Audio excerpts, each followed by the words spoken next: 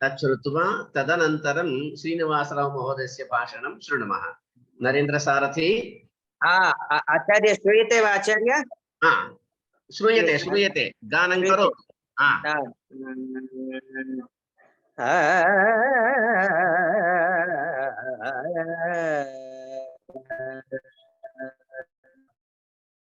श्री शंकर गुरुवरं चिंतयामि भवहरं, श्री शंकर गुरुवरं चिंतयामि भवहरं, श्री शंकर गुरुवरं चिंतयामि भवहरं, श्री शंकर गुरुवरं चिंतयामि भवहरं, श्री शंकर गुरुवरं चिंतयामि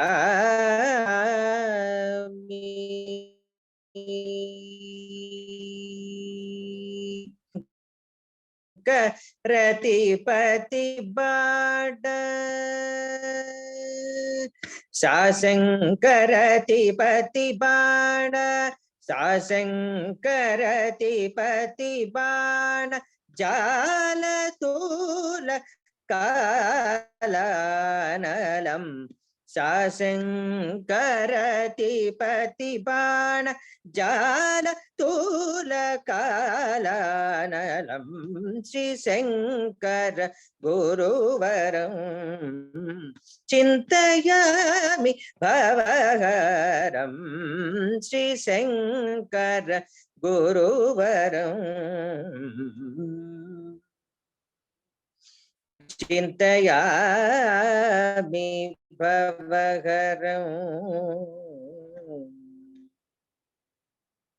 अज्ञान तिमिरतरणिं,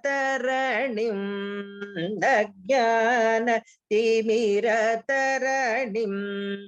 अंगीकृत श्रुतिशरणिं, अज्ञान तिमिरतरणिं अंगीकृत सुख श्रुतिशरणिं, सुज्ञान सुख शरणिं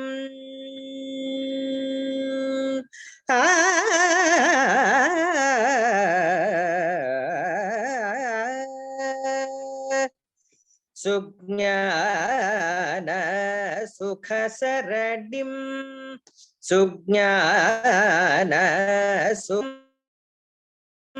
सूक्ष्म प्रणवरणिं, सुज्ञान सुख शरणिं सूक्ष्म प्रणवरणिं, श्री शंकर गुरुवरं चिंतयामि भवहरं,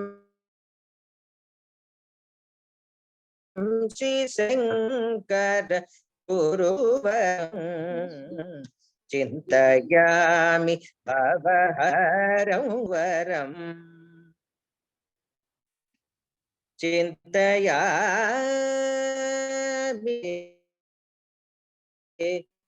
भवहरं,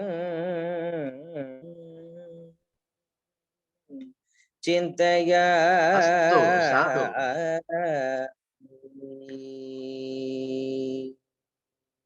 साधु जय शंकर। धन्योस्मि आचार्य। गुरुवनुग्रह सिद्धिरस्तु नरेन्द्र सारथी, शुभमस्तु। धन्योस्मि आचार्य। श्रीनिवास महोदयस्य व्याख्यानं शृणुमः। श्रीनिवास महोदयः आरम्भं कुर्वन्तु।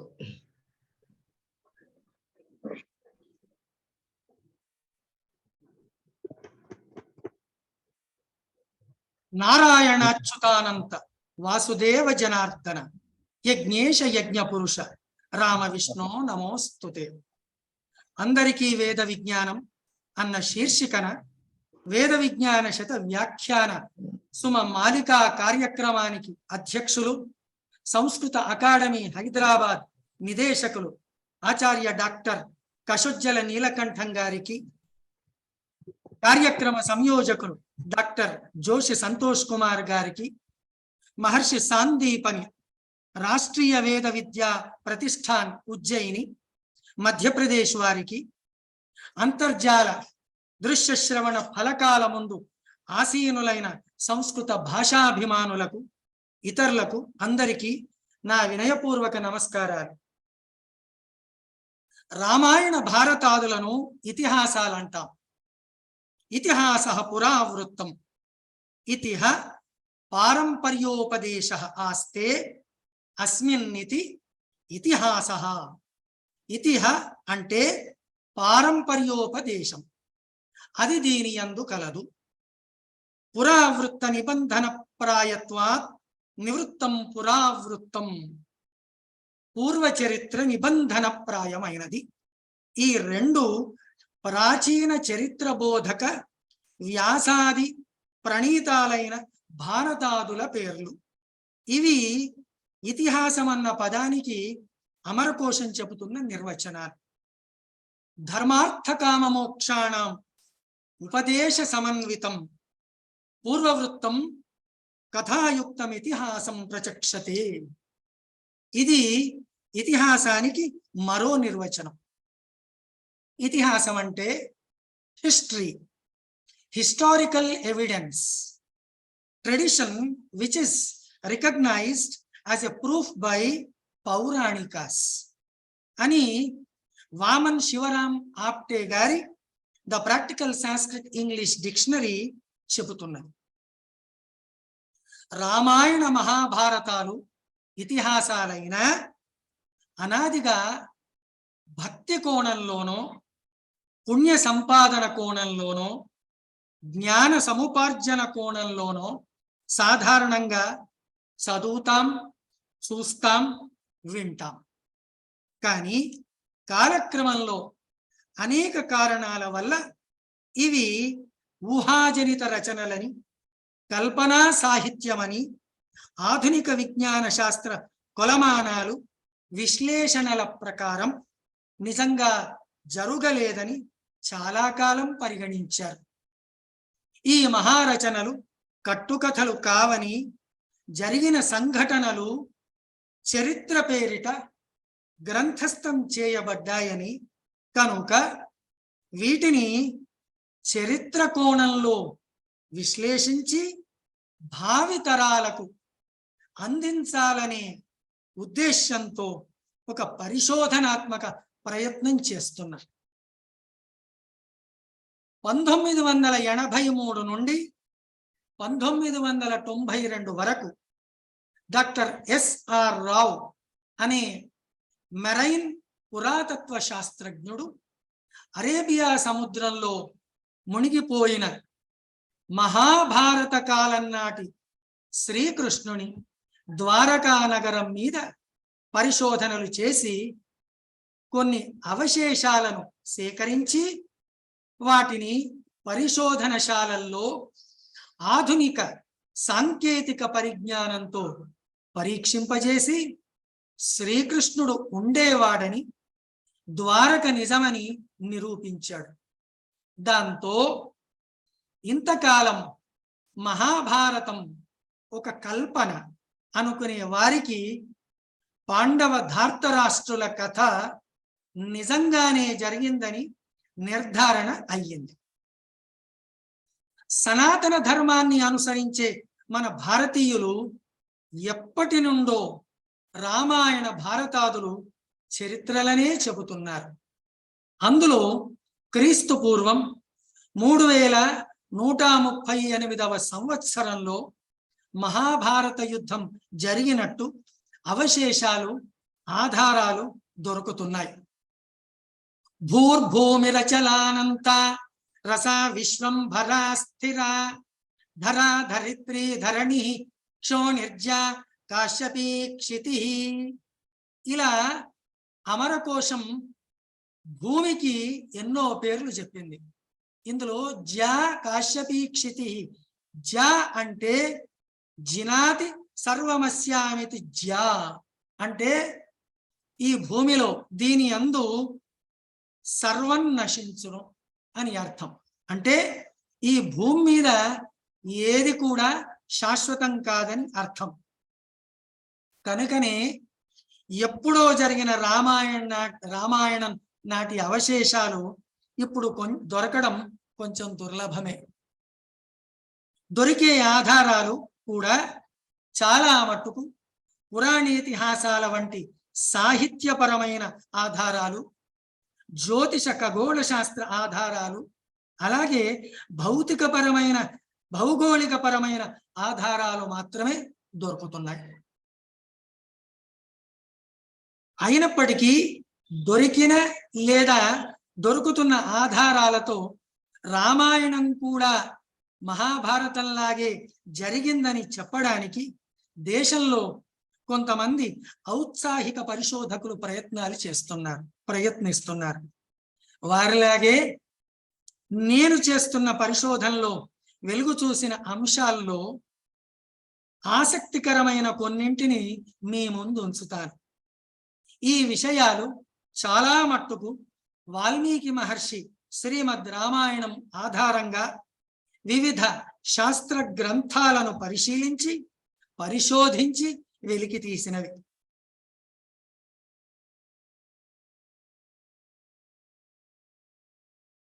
పద్మపురాణంలో చెప్పినట్టు చరితం రఘునాథస్య శతకోటి ప్రవిస్తరం క్వచిత్ పురాణేషు విరోధో యది దృశ్యతే. కాలమెంత అనంతమైందో రామాయణాలు కూడా అంతే అసంఖ్యాకం. ప్రతి కల్పంలో ఒక రామాయణం జరుగుతుంది. కల్పం అంటే బ్రహ్మకు ఒక రోజు, ఒక రాత్రి ఒక పగలు కలిపి ఒక రోజు, దాన్ని కల్పమంట. మన సనాతన ధర్మంలో కాలగణన ప్రకారం 360 రోజులు ఒక సంవత్సరం. ఇప్పటి బ్రహ్మకు 50 సంవత్సరాలు పూర్తయి 51వ సంవత్సరం శ్వేతవరాహ కల్పంతో మొదలైంది. అంటే ఇప్పుడున్న బ్రహ్మ సృష్టిలో 360 × 50 18,000 రామాయణాలు జరిగాయి. అలాగే జరుగుతున్న శ్వేతవరాహ కల్పంలోని 24వ మహాయుగంలో ఒకటి జరిగింది. అంటే ప్రస్తుత బ్రహ్మకాలంలో ఇప్పటి వరకు 18,001 రామాయణాలు జరిగాయి. 18,001 రామాయణాలు జరిగాయి. బ్రహ్మదేవుని ఒక రోజంటే మానవుల 864 కోట్ల సంవత్సరాల్లో లేదా 14 మన్వంతరాల్లో ఏదో ఒక మన్వంతరంలోని త్రేతాయుగంలో రామాయణం కొంచెం మార్పులతో జరుగుతుంది. కల్పభేద విధిస్తత్ర వ్యవస్థ సద్భిరుచ్యతే అని పద్మపురాణ వాక్యం. దీన్ని ఈ మార్పులని మనం కల్పభేదం అంటాం. అలాగే కల్పే కల్పే క్షయోత్పత్య బ్రహ్మ విష్ణు మహేశ్వరా శృతి స్మృతి సదాచార నిర్ణేతారశ్చ సర్వదా. ప్రతి కల్పంలో బ్రహ్మ విష్ణు మహేశ్వరులు ఆయా కల్పాలకు కావలసిన శృతులు, స్మృతులు, సదాచారాలు, పురాణాలు మొదలైనవన్నీ, పురాణాలు, ఇతిహాసాలు మొదలైనవి ఆ కల్పాలకు తగ్గట్టుగా నిర్దేశిస్తారు. అలా స్మృతి వచనం ప్రకారం ఎన్ని రామాయణాలు జరిగితే మనకు నిర్దేశించిన రామాయణం బ్రహ్మదేవుని 51వ సంవత్సరం మొదటి రోజైన శ్వేతవరాహ కల్పంలో 7వదైన వైవస్వత మన్వంతరంలో 24వ మహాయుగంలోని త్రేతాయుగం చివరి భాగంలో జరిగింది. కనుకనే అసంఖ్యాక బ్రహ్మలు, అసంఖ్యాక రామాయణాలు అని పెద్దల మాట. అంటే మనకు ఈ కలియుగానికి ఈ మన వైవస్వత మన్వంతరంలోని 24వ మహాయుగంలో, అందులోని త్రేతాయుగంలో చివరిలో జరిగిన రామాయణమే మనకు ఈ కాలానికి నిర్దేశించబడింది. ఇన్ని రామాయణాలలో మనకు నిర్దేశించబడిన వాల్మీకి మహర్షి విరచితమైన సంపూర్ణ రామాయణంలో కొన్ని ఆసక్తిని కలిగించే విషయాలను విశేషాలను చూద్దాం. వేదవ్యాస మహర్షి రచించిన మహాభారతంలోని సభాపర్వంలో ఉన్న రాజసూయ పర్వం 38వ అధ్యాయాన్ని అనుసరించి రామావతారం 24వ మహాయుగంలోని త్రేతాయుగం సంధ్యాంశలో అంటే చివరి భాగంలో జరిగింది. అంటే రాముడు జన్మించి మన క్రీస్తు శకం 2023 నాటికి అంటే ఇప్పటికి 1,81,50,000 సంవత్సరాల 163 సంవత్సరాలు అయినాయి. దీనికి ఆసేతు హిమాచలం కాశ్మీర్ నుండి కన్యాకుమారి వరకు లేదా కన్యాకుమారి నుండి హిమాలయం వరకు ఉన్న ప్రజలు నిత్యం చదివే అస్య బ్రహ్మణ ద్వితీయ పరార్థే శ్వేతవరాహ కల్పే వైవస్వత మన్వంతరే కలియుగే ప్రథమ పాదే అనే సంకల్పమే ప్రమాణం. కృత త్రేత ద్వాపర కలియుగాలను ఒక మహాయుగం అంటారు. అంటే ఒక మహాయుగం అంటే 43,20,000 మానవ సంవత్సరాలు. మనకు నిర్దేశించబడిన రామాయణం 24వ మహాయుగంలో జరిగింది. ప్రస్తుతం నడిచేది 28వ మహాయుగం. అందులో కలియుగం మొదలై ఇప్పటికీ 5,124 సంవత్సరాలైంది. వెరసి రామాయణం జరిగి దాదాపు 1,81,50,163 సంవత్సరాలు అనొచ్చు. ఇందుకు మనం చదివే నిత్య సంకల్పమే ఆధారం, ప్రమాణం కూడా. అంతేకాని రామాయణం క్రీస్తు పూర్వం 4,000 సంవత్సరాలప్పుడు, క్రీస్తు పూర్వం 7,000 సంవత్సరాలకు ముందు, క్రీస్తు పూర్వం 12,000 సంవత్సరాలకు పూర్వం జరిగిందని చెబితే మన సంకల్పం, మన సంకల్ప బలం రెండూ ప్రశ్నార్థకం అవుతాయి. దేశంలో ఇన్ని కోట్ల మంది చదివే నిత్య సంకల్పం తప్పెలా అవుతుంది? ఒక్కసారి ఆలోచించండి. సీతారాములది బాల్య వివాహం. అగ్ని ప్రవేశానికి ముందు సీతారామునితో అన్న న ప్రమాణీకృత బాల్యే బాలేన పీడిత అనే వాల్మీకి రామాయణం యుద్ధకాండ సర్గ 119 16వ శ్లోకం ఇందుకు ప్రమాణం. వాళ్ళది బాల్య వివాహమే.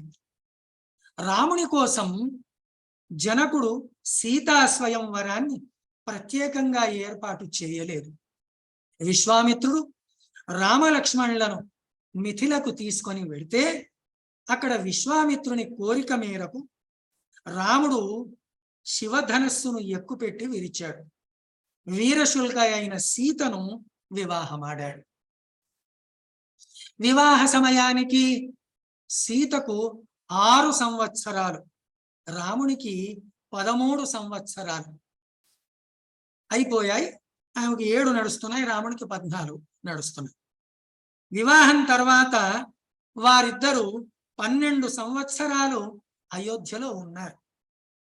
ఉషిత్వా 12 సమా ఇక్ష్వాకూణాం నివేశని భుంజాన మానుషాన్ భోగాన్ సర్వకామ సమృద్ధిని అని వాల్మీకి రామాయణం అరణ్యకాండ సర్గ 47 4వ శ్లోకం ఈ విషయాన్ని తెలియజేస్తున్నది. వనవాసానికి వెళ్ళేప్పుడు సీతకు 18 సంవత్సరాలు, రామునికి 25 సంవత్సరాలు. ఈ విషయాన్ని సన్యాసి వేషంలో ఉన్న రావణునితో సీత అంటుంది. మమ భర్త మహాతేజ వయస 25 18 వర్షాణి మమ జన్మని గణ్యతే. మమ భర్త మహాతేజ వయస 25 18 వర్షాణి మమ జన్మని గణ్యతే. వాల్మీకి రామాయణం అరణ్యకాండ సర్గ 47 10వ శ్లోకం ఇందుకు నిదర్శనం. ఈ మాటలు సీత సన్యాసి వేషంలో ఉన్న రావణునితో అన్నది. ఇందులో వారి వయస్సును తెలియజేసింది వనవాసానికి వచ్చేప్పటికి. రావణ సంహారం తరువాత శ్రీరామ పట్టాభిషేకం జరిగే సమయానికి సీతకు 32 ఏళ్ళు, రామునికి 39 సంవత్సరాలు. 39 సంవత్సరాల వయస్సులో ప్రారంభించి రాముడు 11,000 సంవత్సరాలు పరిపాలించాడు. మనకు అనుమానం రావచ్చు, ఇన్ని వేల సంవత్సరాలు ఎలా బతికారు అని. అవి యుగ ధర్మాలంట. వాటికి మన శాస్త్రాలలో కావలసినంత నిరూపణలు, సాక్ష్యాలు అన్నీ ఉన్నాయి. కనుక 11,000 సంవత్సరాలు పరిపాలించాడు రాములవారు. దశవర్ష సహస్రాణి దశవర్ష శతాని చ భ్రాతృభిః సహితః శ్రీమాన్ రామో రాజ్యమకారయత్. వాల్మీకి రామాయణం యుద్ధకాండ సర్గ 131 శ్లోకం 17. దీన్ని బట్టి రామావతారం 11,039 లేదా కొంచెం ఆ పైన సంవత్సరాలు అనొచ్చు. ఇంకా రాముని ఎత్తు విషయానికి వస్తే ఆయన ఎత్తు 8 అడుగులు, 8 feet. అశోకవనంలో సీత అడిగితే రాముని గుణగణాలు వివరిస్తూ హనుమంతుడు రాముని ఎత్తు చతుష్కిష్కుశ్చతుస్సమః అంటాడు. వాల్మీకి రామాయణం సుందరకాండ సర్గ 35 శ్లోకం 18లో ఉంటుంది. ఇది చతుష్కిష్కుశ్చతుస్సమః. ఇక్కడ ఒక కిష్కు అంటే 24 అంగుళాలు, 24 inches. 4 కిష్కులంటే చతుష్కిష్కు, 4 కిష్కులంటే 4 × 24 అంగుళాలు, 96 అంగుళాలు, 1296. కనుక 8 అడుగులు, 8 feet. ఇది భాస్కరాచార్యుల వారి లీలాగణితం అనే మహా గ్రంథం ఆధారంగా గణించబడింది. రాముని ఎత్తు 8 అడుగులు. షణ్ణవచ్చంగుళోచ్ఛేదో యః పుమాంస దివౌకసః అన్న శాస్త్రవాక్యం కూడా ఇందుకు ప్రమాణం. ఇంకొకటి, రామో విగ్రహవాన్ ధర్మః. రామో విగ్రహవాన్ ధర్మః, ఇది మనకు బాగా తెలిసిన వాక్యమే. రామో విగ్రహవాన్ ధర్మః సాధు సత్య పరాక్రమః రాజా సర్వస్య లోకస్య దేవానాం వాసవానివ, అలాంటిది. రామో విగ్రహవాన్ ధర్మ అని రాముని గురించి మారీచుడు రావణునితో అంటాడు. రామో విగ్రహవాన్ ధర్మ. మనం సాధారణంగా చెప్పుకునేది రాముడు ధర్మానికి ప్రతిరూపము. కానీ నిజానికి వాళ్ళిద్దరూ, ఈ మారీచుడు అనేవాడు రామునికి ఒక గూఢచారి. వాళ్ళు రాముని గురించి మాట్లాడుకునేప్పుడు పైకి రాముడు ధర్మానికి ప్రతిరూపం అని చెప్తున్నా, వాళ్ళు గూఢచరులు మాట్లాడుకునే ఒక రహస్య భాష, కోడ్ భాషలో మాట్లాడుకుంటున్నారు. అందులో ఈ మీనింగ్ వేరే, అందులో భావం వేరే. రాముడు ధర్మానికి ప్రతిరూపం అన్నది పైకి కనిపించే భావం. కానీ నిజానికి రామో విగ్రహవాన్ ధర్మ అంటే ఇక్కడ ధర్మం అంటే ధనస్సు, బో. రాముని పొడవు ఒక ధనస్సంతా ఓ రావణ అని చెప్తున్నాడు. ఒక ధనస్సు అంటే 8 అడుగులు. ధర్మ పుణ్యే యమే న్యాయే స్వభావాచారయోః క్రతౌ ఉపమాయాం అహింసాయాం కార్ముకేచ నిగద్యత అని విశ్వప్రకాశం చెప్తున్నది. ధర్మం అంటే దానికి ఉన్న చాలా అర్థాలలో ఒక అర్థం ధనస్సు అని కూడా. రాముని ఎత్తు ఒక ధనస్సు అంటే 8 అడుగులు అని చెప్తున్నాడు. ఇది కూడా రాముడు 8 అడుగుల ఎత్తు కలిగిన వాడు అనడానికి ఇది ఇంకొక ప్రమాణం. ఇంకా లక్ష్మణుని ఎత్తు కూడా అంతే. ఆయన దేహం, లక్ష్మణునిది బంగారు వర్ణం. రాముని దేహం శ్యామవర్ణం. వాల్మీకి రామాయణం సుందరకాండ 35వ సర్గ 22వ శ్లోకం ఈ విషయాన్ని తెలియజేస్తోంది. రామాయణంలో వానరులు, గోపుచ్చులు అంటే కొండముచ్చులు, మరియు వృక్షులు అంటే ఎలుగుబంట్లు. రామాయణంలో వానరులు, గోపుచ్చులు అంటే కొండముచ్చులు, మరియు వృక్షులు ఎలుగుబంట్లు అని 3 రకాలు. కేవలం రామరావణ యుద్ధంలో పాల్గొనడానికి మాత్రమే భూమండలం మీద వివిధ ప్రాంతాల్లో కోటాను కోట్లుగా పుట్టిన వీళ్ళంతా దైవాంశ సంభూతులు. వీరందరికీ సుగ్రీవుడు మహానాయకుడు. వీరికి కొన్ని దివ్య శక్తులు ఉన్నాయి. వీరు కామరూపులు అంటే కోరిన రూపాన్ని ధరించగలరు, ఆకారాలను పెంచగలరు, తగ్గించగలరు. మహాబలవంతులు, ఆకాశంలో ఎగరగలరు, మానవుల్లా మాట్లాడగలరు, వేదశాస్త్రాల్లో నిష్ణాతులు. వీరిలో సుగ్రీవుడు రాజనీతి శాస్త్రం, భూగోళ శాస్త్రం, యుద్ధతంత్రాల్లో ఆరితేరినవాడు. నీలుడు సేనాధిపత్యం, వ్యూహరచనల్లో నిపుణుడు.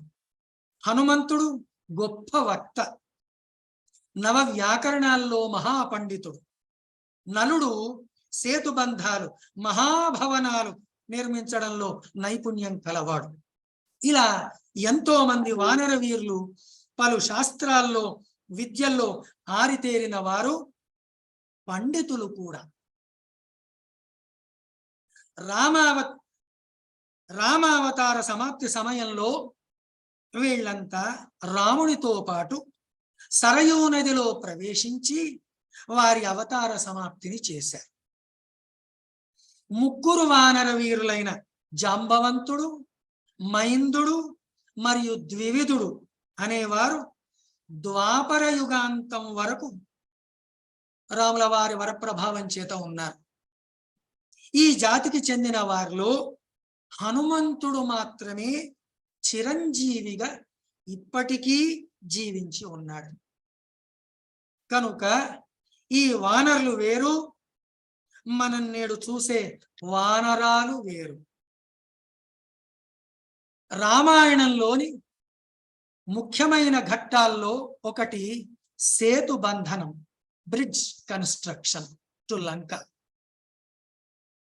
నలుని ఆధ్వర్యంలో వానరులు 100 యోజనాల సేతు నిర్మాణాన్ని 5 రోజుల్లో పూర్తి చేశారు. మొదటి రోజు 14 యోజనాలు, 2వ రోజు 20, 3వ రోజు 21, 4వ రోజు 22 మరియు 5వ రోజు 23 యోజనాల సేతువును నిర్మించి లంకకు చేరారు. చాలా మంది అనుకుంటున్నట్టు ఇప్పటి శ్రీలంక రావణ లంక కాదు. దీని పేరు సింహళ ద్వీపం, సిలోన్ అంటాం. దీని తలైమన్నార్ అనే ప్రాంతం రామేశ్వరానికి సుమారు 50 కిలోమీటర్ల దూరంలో ఉన్నది. స్వర్ణలంక, రావణలంక అని పిలువబడే లంక మాత్రం కన్యాకుమారి ప్రాంతంలోని మహేంద్రగిరి పర్వతం నుండి 100 యోజనాలు అంటే సుమారుగా 900 నుండి 1200 కిలోమీటర్ల దూరంలో భూమధ్య రేఖ మీద ఉన్నది, ఆన్ ఈక్వేటర్. అది కూడా ఒకప్పటి ప్రైమ్ లేదా సెంట్రల్ మెరీడియన్ అని పిలువబడే 0 అక్షాంశం ఉత్తర ధ్రువం నుండి ఉజ్జయిని మీదుగా దక్షిణ ధ్రువం వరకు ప్రయాణిస్తూ భూమధ్య రేఖను ఖండించే ప్రాంతంలో ఉండేది.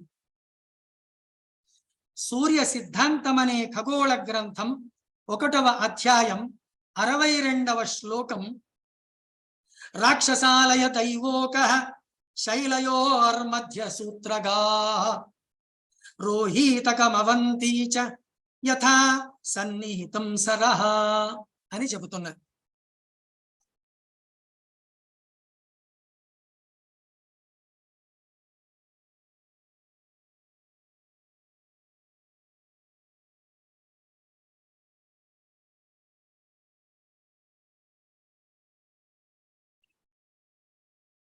ఇది లంక.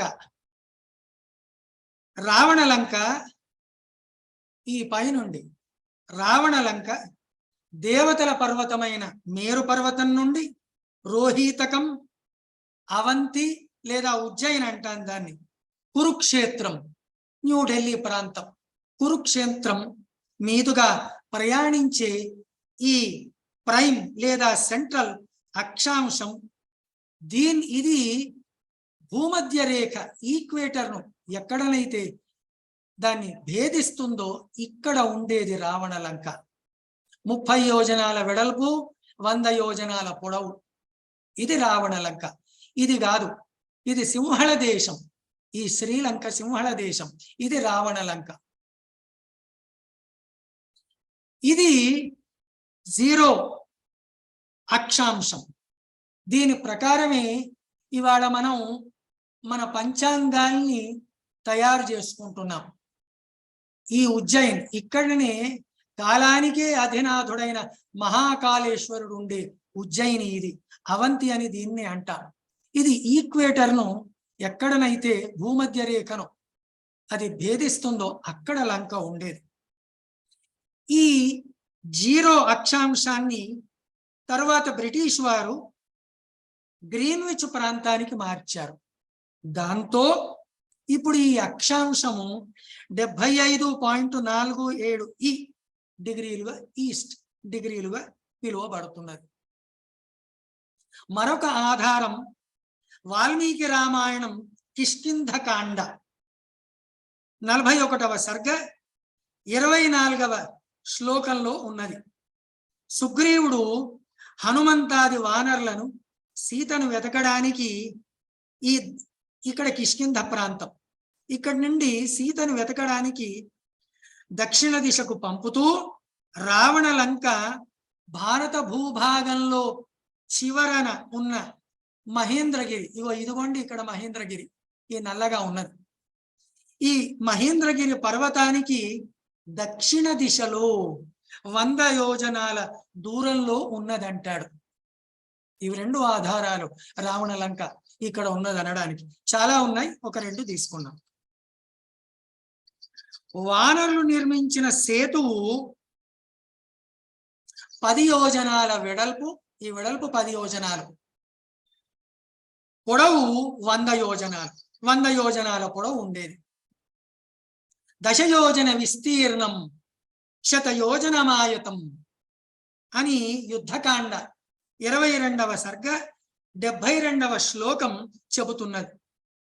ఈ సేతు నిర్మాణానికి మనకు తెలిసింది నీటిలో తేలే శిలలు వాడారండి, కానీ కాదండి.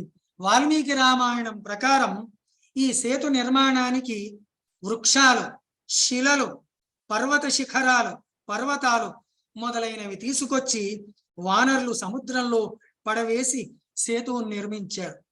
నేను అనుకుంటా దీనికోసం ఈ దక్షిణ దేశంలో ఉన్నటువంటి శిలలు, పర్వతాలు, శిఖరాగ్రాలు, కొండలు, వీటిని అలాగే శ్రీలంకలోంచి కూడా కొన్ని పర్వతాలు, శిఖరాలు వాటిని తీసుకొచ్చి సముద్రంలో వేసి 100 యోజనాల పొడవు, 10 యోజనాల విస్తీర్ణమైన ఈ సేతువును నిర్మించారు.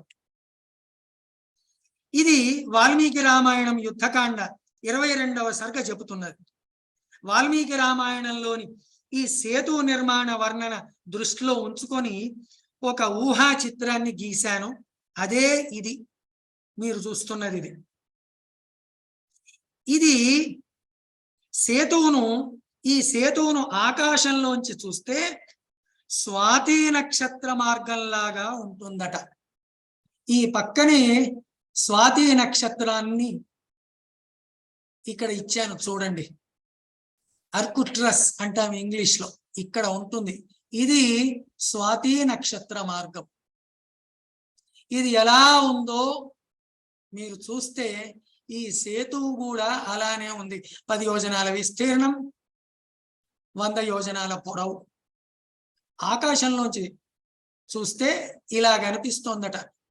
సో ఇది కనుక ఇది కూడా సనళేన కృత సేతు సాగరే మకరాలయే శుశుభే సుభగ శ్రీమాన్ స్వాతి పథమివాంబరే. వాల్మీకి రామాయణం యుద్ధకాండ 22వ సర్గ 75వ శ్లోకం ఈ విషయాన్ని తెలియజేస్తోంది. ఇక యోజనం అంటే ఎంత? యోజన విషయానికి వస్తే 1 యోజనం అంటే 9 నుండి 12 కిలోమీటర్లని వివిధ కొలమాన పద్ధతులను అనుసరించి చెప్తారు. నేను భాస్కరాచార్యుల వారి లీలావతి గణితాన్ని ప్రమాణంగా తీసుకున్నా. భాస్కరాచార్యుల లీలావతి గణితం ప్రమాణంగా లెక్కిస్తే 1 యోజనానికి 9.75 కిలోమీటర్లు. అంటే రామసేతు లేదా నలసేతువు 10 యోజనాలు అంటే 97.5 కిలోమీటర్ల వెడల్పు, 100 యోజనాలు అంటే 975 కిలోమీటర్ల పొడవు ఉండిందన్నట్టు. ఇప్పటి లెక్కల ప్రకారం తమిళనాడులోని మహేంద్రగిరి పర్వత ప్రాంతం నుండి రావణలంక ఉండేదనే భూమధ్య రేఖ ప్రాంతానికి దూరం రమారమి, ఇక్కడ నుండి ఇక్కడికి రమారమి 945 కిలోమీటర్లు. అంటే 97.5 కిలోమీటర్ల వెడల్పు, 975 కిలోమీటర్ల పొడవు ఉన్న సేతు మీదుగా రామలక్ష్మణులతో కూడిన కోట్లాది వానరులు లంకకు వెళ్ళి రావణాది రాక్షసులతో యుద్ధం చేశారు. మనకిప్పుడు ఒక సందేహం వస్తుంది. రామరావణ యుద్ధం తరువాత ఈ సేతువు సంగతి ఏమైంది? What about this bridge after the war between Rama and Ravana? ఈ సేతువు సంగతి ఏమైంది రామరావణ యుద్ధం తర్వాత? అది ఇప్పుడు ఉన్నదా లేదా? ఆడమ్స్ బ్రిడ్జ్ అని పిలువబడే ఒక సేతువు లాంటిది రామేశ్వరం దగ్గర నుండి సింహళానికి, ఇది రామేశ్వరం అనుకోండి, రామేశ్వరం దగ్గర నుండి సింహళానికి అంటే నేటి శ్రీలంకకు ఉన్నది కదా, అది రామసేతు కాదా? ఇది సందేహం. దీనికి సమాధానం మనం ఇలా చెప్పొచ్చు. రామరావణ యుద్ధంలో రాముడు రావణుణ్ణి నిర్జించి విజయుడై అయోధ్యకు తిరిగి వచ్చి 11,000 సంవత్సరాలు పరిపాలించాడు. వాల్మీకి మహర్షి రామాయణంలో శ్రీరామ పరిపాలనా కాలంలో కానీ ఆ తరువాత కానీ సేతు ఏమైందన్న సంగతి ఏమీ చెప్పలేదు. రామాయణంలో తరువాత కాలంలో సేతు ఏమైందన్నది ఏమీ చెప్పబడలేదు. కానీ దాని గురించిన ప్రస్తావన మనకు పద్మపురాణంలో కనిపిస్తుంది. అవతార సమాప్తి చేయడానికి ముందు, కొంతకాలం ముందు రాముడు సోదరుడైన భరతునితో కలిసి పుష్పక విమానంలో వానరరాజైన సుగ్రీవుని కలవడానికి కిష్కింధకు, అక్కడ నుండి రాక్షస రాజైన విభీషణ్ను కలవడానికి లంకకు వెళ్ళాడు. తిరిగి వచ్చేప్పుడు మానవులు ఈ సేతువు ద్వారా లంకకు వెళ్ళి అడ్డంకులు ఏర్పరుస్తారేమో, దాంతో విభీషణాదులకు ఇబ్బంది అవుతుందేమో అన్న ఉద్దేశ్యంతో తన బాణాలతో రాముడు ఆ సేతువును ముక్కలుగా చేసి పారేశాడు. ఎన్ని ముక్కలు చేశాడు ఏమిటన్న సంగతి ఇవన్నీ కూడా పద్మపురాణం 38వ అధ్యాయం 129 నుండి 132 శ్లోకాలు ఈ విషయాన్ని తెలియజేస్తున్నాయి మనకు. రాముడు సేతువును ముక్కలు చేసిన తర్వాత కాల ప్రభావానికి కడలి ప్రభావానికి లోనై సేతువు భాగాలు ఇప్పుడు మనకు కనబడటం లేదు. 1,81,00,000 సంవత్సరాల క్రితంది. అయితే ఇప్పుడు మనం చూస్తున్న ఆడమ్స్ బ్రిడ్జ్ అనేది రామసేతువుకు సంబంధించిన భాగం అన్నా కావాలి, లేదా తరువాతి కాలంలో పాండ్యరాజులో చోళరాజులో లేదా ఆ ప్రాంతాన్ని పరిపాలించిన ఇతర వంశరాజులో భారతదేశాన్ని మరియు సింహళాన్ని కలుపుతూ తమ అవసరాల కోసం నిర్మించిన సేతువు కూడా కావచ్చు. పరిశోధనలు సరైన పద్ధతిలో చేస్తే సత్యం వెలుగు చూస్తుందనడంలో సందేహం లేదు.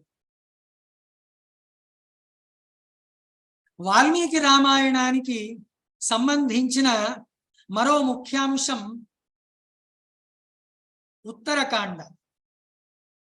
ఉత్తరకాండ వాల్మీకి విరచితమా లేక ప్రక్షిప్తమా అని. ఉత్తరకాండ వాల్మీకి విరచితమా లేక ప్రక్షిప్తమా అనేది మరో ముఖ్యాంశం. దీనికి నా సమాధానం ముమ్మాటికి ఉత్తరకాండ రామాయణంలో భాగమే. ఉత్తరకాండ ఉంటేనే అది సంపూర్ణ రామాయణం. ఎలానో కొన్ని ఉదాహరణలు చూద్దాం. వాల్మీకి రామాయణాన్ని 2 భాగాలుగా చెప్పొచ్చు. పూర్వ రామాయణం మరియు ఉత్తర రామాయణం. పూర్వ రామాయణం అంటే బాలకాండ నుండి యుద్ధకాండ వరకు వెరసి మొదటి 6 కాండలు. ఉత్తర రామాయణం అంటే ఉత్తరకాండ. ఇదే విషయాన్ని చాలా నిర్దిష్టంగా బాలకాండలోని 4వ సర్గలో 2వ శ్లోకంలో 24,000 శ్లోకానాం ఉక్తవాన్ ఋషి తథా సర్గశతాన్ 5 షట్కాండాని తథోత్తరం షట్కాండాని తథోత్తరం అని వాల్మీకి మహర్షి స్వయంగా చెప్పాడు. ఇక్కడ సప్తకాండాని అని చెప్పలేదు కదా, 6 కాండలు మరియు ఉత్తరకాండ అన్నాడు. దీనికి వాల్మీకి మహర్షి పెట్టిన లేదా పెట్టుకున్న విభజన రేఖ, సెపరేటింగ్ లైన్, రామ పట్టాభిషేక పూర్వం, రామ పట్టాభిషేక ఉత్తరం లేదా తరువాత. రామ పట్టాభిషేక పూర్వం జరిగిన కథ 6 కాండల్లో అంటే పూర్వ రామాయణం. రామ పట్టాభిషేకం తరువాత జరిగిన, జరుగుతున్న మరియు జరగబోయే కథంతా 1 కాండ అంటే ఉత్తర రామాయణం లేదా ఉత్తరకాండ అని అర్థం చేసుకోవాలి. మొదటి 6 కాండలు జరిగిన కథనే. ఉత్తరకాండ జరిగిన, జరుగుతున్న మరియు జరగబోయే భవిష్యత్తు కూడా కథ. అందుకే ఇది ఉత్తరకాండ. సాధారణంగా ఎవరైనా ఏ చరిత్రలోనైనా కథలోనైనా సుఖాంతాన్ని కోరుకుంటారు.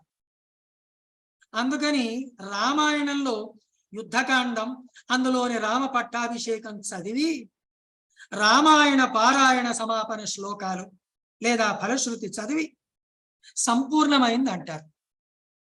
దుఃఖాంతం సాధారణంగా ఎవరికీ నచ్చదు. పైపెచ్చు మంగళాదీని, మంగళ మధ్యాని మరియు మంగళాంతాని అని కదా కావ్య పద్ధతి. రామాయణ మహాకావ్యం, కావ్య పద్ధతి ఇది. అందుకని రామాయణం భక్తునికి సుఖాంతంగానే ఉండాలనే ఉద్దేశ్యంతో మొదటి 6 కాండలు మాత్రమే చదవడం వల్ల కొంతకాలానికి అది పారాయణ పద్ధతి లేదా పారాయణ సంప్రదాయం అయింది.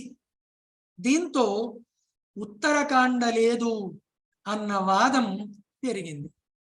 ఇదో కారణం. ఉత్తరకాండలో సీతారామాదుల అవతార సమాప్తి గురించి ఉన్నది. ఇది భక్తులైన పాఠకులకు లేదా శ్రోతలకు దుఃఖాన్ని కలిగించే విషయమే. అందుకని కూడా ఈ కాండను వదిలేసి ఉండొచ్చు. మరికొందరు అసలు వాల్మీకి మొదటి 6 కాండలే రాశాడని, ఉత్తరకాండ రాయలేదని, అది ఇంకెవరో రాసిందని అన్నారు. మరికొంతమంది అందులో రాముడు రావణాదులను గురించి మహర్షుల్ని ప్రశ్నించడం, శంభుక వధ లాంటి సందేహాస్పద విషయాలు ఉన్నాయి కనుక ఇవి ప్రక్షిప్తాలని, ధర్మాన్ని అనుసరించే రాముడు ఇలా విమర్శలకు గురి చేసే పనులు చేయడని, కనుక ఇలాంటి విషయాలు ఉన్న ఈ భాగాలను రాముడంటే ఇష్టం లేని వాళ్ళు ఎవరో కల్పించి ఈ కాండలో చొప్పించి దీనికి వాల్మీకిని బాధ్యునిగా చేసే ప్రయత్నం చేస్తున్నారన్నది మరొక వాదన. ఇంకో వాదనలో మొదటి 6 కాండల్లో ఒక ధారలాగా ఉన్నటువంటి కథాకథనం, నరేషన్ ఉత్తరకాండలో లేదని, ఏవో ముక్కలు అతికించినట్టుగా అసంబద్ధ విషయాలుగా ఉన్నది కనుక ఇది వాల్మీకి రామాయణంలో భాగమే కాదన్నారు. ఇలా ఉత్తరకాండ అవాల్మీకమన్న వాదనలు ఎన్ని ఉన్నప్పటికీ మనం గ్రహించవలసిన విషయాలు కొన్ని ఉన్నాయి. అవి ఏంటో చూద్దాం. మొదటి 6 కాండల రూపంలో ఉన్న జరిగిన కథను కుశలవులు రాముని సమక్షంలో చెప్పారు. ఇది భూతకాలాన్ని తెలియజేస్తుంది. మొదటి 6 కాండల రూపంలో ఉన్న జరిగిన కథను కుశలవులు రాముని సమక్షంలో చెప్పారు. ఇది భూతకాలాన్ని తెలియజేస్తుంది, పాస్ట్. సీతాదేవికి కుశలవులు జన్మించడం లాంటి భూతకాలాన్ని తెలియజేసే సంఘటనలు, శ్రీరాముని సమక్షంలో పాడటం వంటి వర్తమాన కాలాన్ని తెలియజేసే సంఘటనలు, మరియు ముఖ్యంగా సీతారామాదుల అవతార సమాప్తి లాంటి భవిష్యత్ కాలాన్ని తెలియజేసే సంఘటనలు ఉత్తరకాండంలో ఉన్నాయి. కుశలవులు పాడిన ఈ కథంతా విని రాముడు ఆమోదించడం, అసలు రామాయణాన్ని గానం చేసి మనకందించిన కుశలవుల జన్మ వృత్తాంతం ఉన్నది కూడా ఈ ఉత్తరకాండలోనే. అయోధ్యా నగర వర్ణనతో మొదలై రామజన్మ మొదలు రామరాజ్యాభిషేకాన్ని పొందిన కథ మొదటి 6 కాండల్లో ఉన్నది. రాముని పట్టాభిషేకం జరిగేప్పటికీ అతని వయస్సు 39 సంవత్సరాలు. ఈ కథంతా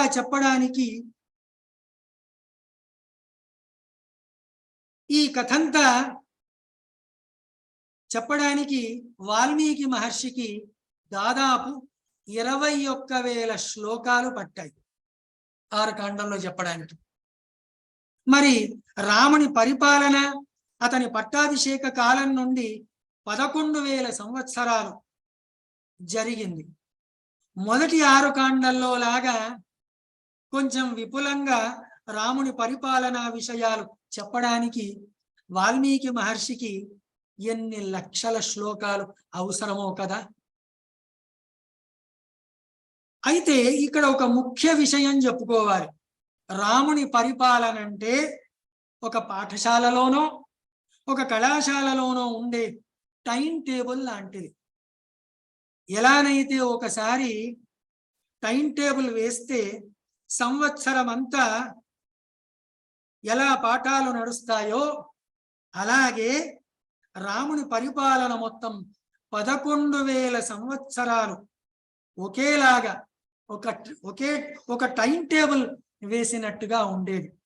కనుకనే అది రామరాజ్యంగా ప్రసిద్ధి చెందింది. వాల్మీకి మహర్షి కొన్ని ప్రత్యేక సంఘటనలను మాత్రమే ఈ కాండలో చెప్పడం వల్ల కథాకథనం ఈ కాండలో ఒక ధారలాగా అనిపించవు.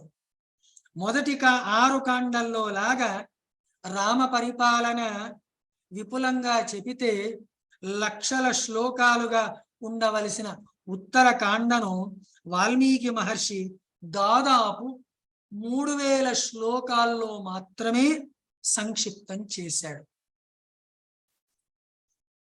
ఒక కావ్యం రాసే మహాకవి శీతోష్ణ సుఖ దుఃఖాల వంటి ద్వంద్వాలకు అతీతంగా ఉంటాడు.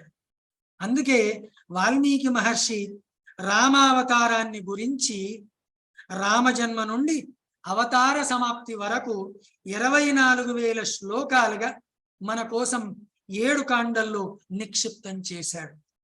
అలాగే గాయత్రి మంత్రాక్షరాలు 24 కూడా ప్రతి 1000 శ్లోకాలకు ఒకటిగా నిక్షిప్తం చేసి వాల్మీకి మహర్షి రచించాడని ప్రతీతి. కనుక ఉత్తరకాండ లేకుంటే ఆ పద్ధతిలో గణన అసాధ్యం. గాయత్ర్యాశ్చ స్వరూపం తద్రామాయణమనుత్తమం అన్న ఉత్తరకాండ సర్గ 111 17వ శ్లోక పాదమే దీనికి నిదర్శనం. రామాయణం 2 భాగాలని ఇంతకు ముందే చెప్పుకున్నాం కదా. అందులో పూర్వ రామాయణం అంటే బాలకాండ నుండి యుద్ధకాండ లేదా మొదటి 6 కాండలు సామాన్యులు మరియు పండితుల కోసం. ఉత్తర రామాయణం అనుకునే 7వ కాండ అయిన ఉత్తరకాండ మాత్రం పండితులు, పరిశోధకులు, పరిశీలకుల కోసం అనుకోవచ్చు. శ్రీరామచంద్రుడు అందరివాడు, మర్యాదా పురుషోత్తముడు. ఆయన చరిత్ర అయిన రామాయణం విశ్లేషిస్తే అది ఎన్నో అద్భుత విషయాల సమాహారం అవుతుంది. ప్రపంచంలో వివిధ భాషల్లో, ప్రాంతాల్లో, దేశాల్లో ప్రచారంలో ఉన్న రామాయణాలు వందల్లో ఉన్నాయి. స్థానికత జోడించడం వల్ల రాముడంటే భక్తి గౌరవాలు ఎంత పెరిగాయో అంతే స్థాయిలో కథామార్పులు, వక్రభాష్యాలు కూడా బయలుదేరాయి. లక్ష్మణుడు లక్ష్మణ రేఖ గీశాడని, రావణుని గడుపులో అమృత భాండం ఉందని విభీషణుడు చెబితే రాముడు అక్కడ బాణంతో కొట్టి చంపాడని, రాముడు సీతను అగ్ని ప్రవేశం చేయమన్నాడని, భూమిలోకి వెళ్ళమన్నాడని, అడవిలో వదిలేశాడని, ఇలా ఎన్నో అపవాదాలు కూడా పుట్టాయి. నిజానికి ఇలాంటివేవి వాల్మీకి రామాయణంలో లేవు. అందుకే నిజాలు తెలుసుకోవడానికి, ఏ విషయాన్నైనా ప్రమాణంగా తీసుకోవడానికి వాల్మీకి మహర్షి అద్భుతంగా రచించిన రామాయణాన్ని చదవాలి, చదివించాలి, వినాలి మరియు వినిపించాలి కూడా. భక్తి పరంగా, ఆధ్యాత్మికత పరంగా, మంత్రశాస్త్ర పరంగా వివిధ పద్ధతుల్లో మహామహులైన పండిత ప్రవచనకారులు రామాయణాన్ని ప్రపంచంలో నిత్యం ప్రచారం చేస్తున్నారు. ఇవి మాత్రమే కాక రామాయణం ఒక చరిత్ర అన్న కోణంలో సిద్ధాంతరీకరించే ప్రయత్నంలో నా బుద్ధికి ఆవిష్కృతమైన చాలా విషయాల్లో కొన్ని మీతో పంచుకున్నా. నేను చెప్పినవే యథార్థాలు అని నేను అనటం లేదు. రామాయణం ఒక చరిత్ర అని చెప్పే ప్రయత్నశీలులకు ఒక స్ఫూర్తిని కలిగించడానికే నా ఈ ప్రయత్నం అంతా. ఈ సదవకాశాన్ని నాకు ఇచ్చిన సంస్కృత అకాడమీ సంచాలకులు డాక్టర్ కె నీలకంఠం గారికి గౌరవ పురస్సర నమస్సులు. కార్యక్రమ సంయోజకులు డాక్టర్ జోషి సంతోష్ కుమార్ గారికి మరియు సంస్కృత అకాడమీ ఇతర సిబ్బందికి కృతజ్ఞతాపూర్వక నమోవాకాలు. అలాగే మహర్షి సాందీపని రాష్ట్రీయ వేద విద్యా ప్రతిష్టాన్ ఉజ్జయిని మధ్యప్రదేశ్ వారికి కృతజ్ఞతా కైమోడ్పులు. వందే వాల్మీకి కోకిలం రామం భజే శ్యామలం. స్వస్తి. చాలా చాలా బాగుంది శ్రీనివాసరావు గారు, చాలా చాలా బాగుంది, చాలా బాగుంది. వందే వాల్మీకి కోకిలం రామం భజే Shyamalam. Excellent, it is excellent. వీరి గురించి ఆదిలో ఇంకొక విషయం మేము చెప్పడం మర్చిపోయాం, నేను మా సంతోష్. సరే. మా శ్రీనివాసరావు గారు ఆ అష్టావధాని ప్రసిద్ధ సాహితీవేత్త ఇందారం కిషన్రావు గారి పుత్రులు వీరు. అమ్మగారు కూడా ఉన్నట్టున్నారు కదా దీంట్లో. అవును సార్, అవును శ్రీనివాస్ సార్, వింటున్నాను. అమ్మగారు కూడా ఉన్నట్టున్నారు కదా online ఉన్నారు లో? ఉన్నారు సార్. నేను గుర్తుపట్టాను. చాలా చాలా సంతోషం, మీరు కూడా రావడం చాలా సంతోషం. రామాయణం గురించి సాధారణంగా రామాయణ కథని, రామాయణ కథాశ్రవణాన్ని, రామాయణంలో ఉండేటువంటి అనేక విషయాల్ని మనం చర్చించుకుంటాం. కానీ ఒక పరిశోధకుడు దాని గురించి ఆలోచిస్తే ఏ విధంగా ఉంటుందో చక్కగా నిరూపించడానికి ప్రయత్నం చేశాడు ఇవాళ శ్రీనివాసరావు. చాలా ఎక్సలెంట్ గా ఉంది. రామాయణాల సంఖ్య 1 కాదు 2 కాదు, ఆ సంఖ్య గురించి వివరించారు. చేసుకునేటువంటి సంకల్పాన్ని రామాయణం యొక్క రచన గురించి వివరించారు. అది సప్రమాణంగా నిరూపించడానికి అదొక హేతు. అలాగే రాముడి వయస్సును తెలిపే శ్లోకాన్ని, సీతమ్మ వయస్సును తెలిపే శ్లోకాన్ని, తదనంతరం అది దశవర్ష సహస్రాన్ని, అనేక శ్లోకాలు ఉన్నాయి. అలాగే అదేంటి రాముడు 11,039 సంవత్సరాల కాలం వరకు రాజ్యాన్ని పరిపాలించాడు అనే విషయాన్ని కూడా చాలా మనందరికీ, అంటే రామాయణం పారాయణం చేస్తున్నప్పుడు పారాయణం లాగా ఉంటుంది, ఎవరైనా చెప్తున్నప్పుడు చెప్పినట్టుగా ఉంటుంది. ఎన్నిసార్లు విన్నా మళ్ళీ రామాయణం వినాలని అనిపిస్తుంది. ఇందాక వారు చెప్పినట్టుగా ఆ రామాయణాన్ని ఆధారంగా చేసుకొని అనేక వందల వేల రామాయణాలు వచ్చాయి. కానీ ఆ వందల వేల రామాయణాలను ఎవరు స్మరించట్లేదు. కేవలం ఆ వాల్మీకి రామాయణాన్ని మాత్రమే మనం నిత్యం స్మరించుకుంటున్నాము. అది వాల్మీకి రామాయణం యొక్క గొప్పతనము.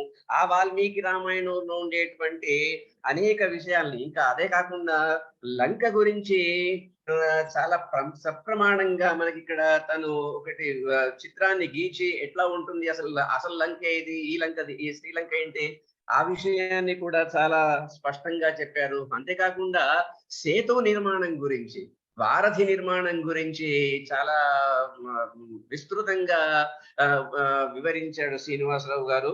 చాలా చాలా సంతోషం. అలాగే ఇంకా చివరిలో ఉత్తరాఖండ గురించి పండితుల మధ్యలో, అందరికీ కూడా చాలా వాద ప్రతివాదాలు ఉన్నాయి. కానీ ఇవాళ శ్రీనివాసరావు గారిది విన్న తర్వాత నాకు కూడా ఉత్తరాఖండ్ మీద ఒక మంచి అభిప్రాయం, అంటే ఒక స్ఫుటమైనటువంటి అభిప్రాయం కలిగింది. చాలా చక్కటి వివరణ శ్రీనివాసరావు గారు, మీకు ధన్యవాదాలు మా అకాడమీ తరఫున. అమ్మగారికి నమస్కారం అమ్మ. చాలా సంతోషం తల్లి. సంతోష్ అగ్రేనయ్య.